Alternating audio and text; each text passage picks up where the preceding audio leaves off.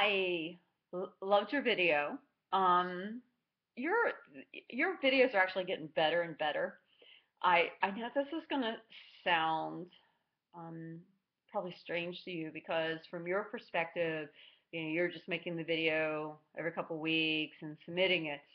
I am watching you as well as your colleagues grow um, on the videos, in your articulation, in your comfort level, in your ease in communicating the content.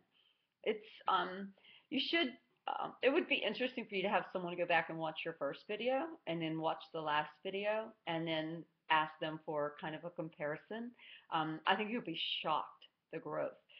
And that's kind of what we're talking about is that, how do you, obviously, as you said, you have to continue to grow as a leader. It doesn't stop once you move into that role. Matter of fact, if anything, exponentially, you have to learn even more. So I think it's just fascinating because when we were talking about that, when I was watching your video and I was thinking about your growth as a leader, and that's why I think I'm so passionate about these videos now more than ever because this was a trial basis, and I can tell you that there were people in opposition. I don't think the other instructors were doing all video. When I brought it up and talked about doing video, I think that the coordinator actually added a couple of video into the main shell. I was the only instructor that said, listen, I'm doing all video. And the reason that there was some pushback was because they felt that you needed as leaders to be able to write professionally.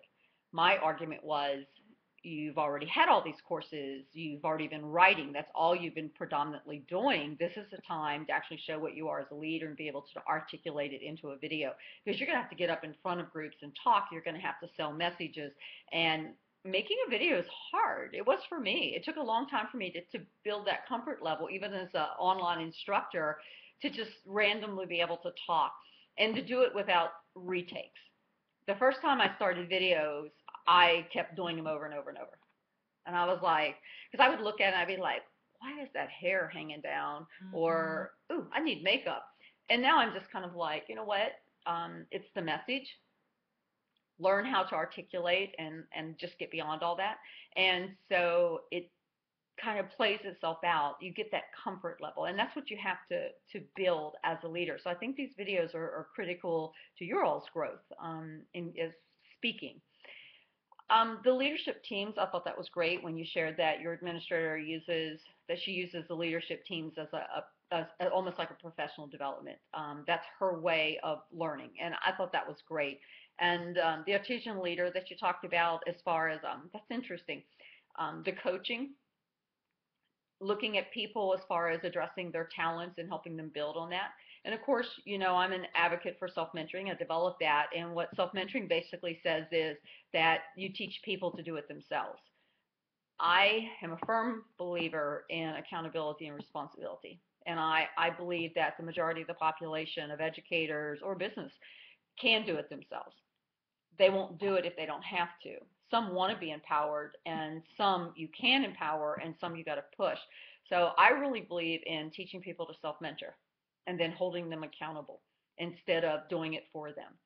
So I totally get that. I think if you're not using self mentoring or you're not going to advocate for self mentoring, and I realize that it is a passion of mine, then certainly any way that you can get in there to hold people accountable for their actions, but to give them the tools, identify the talents that they have, stress those talents, and then what are they going to do to build upon those talents? But I do still believe the ownership comes back on them. And I think we have to do that early. We do it with children when we're teaching children to walk and talk and do things for themselves. We expect them to do it. We kind of model it. We Mm-hmm. encourage them. But the bottom line is, I mean, they have to learn to do that. They self-mentor themselves in a way.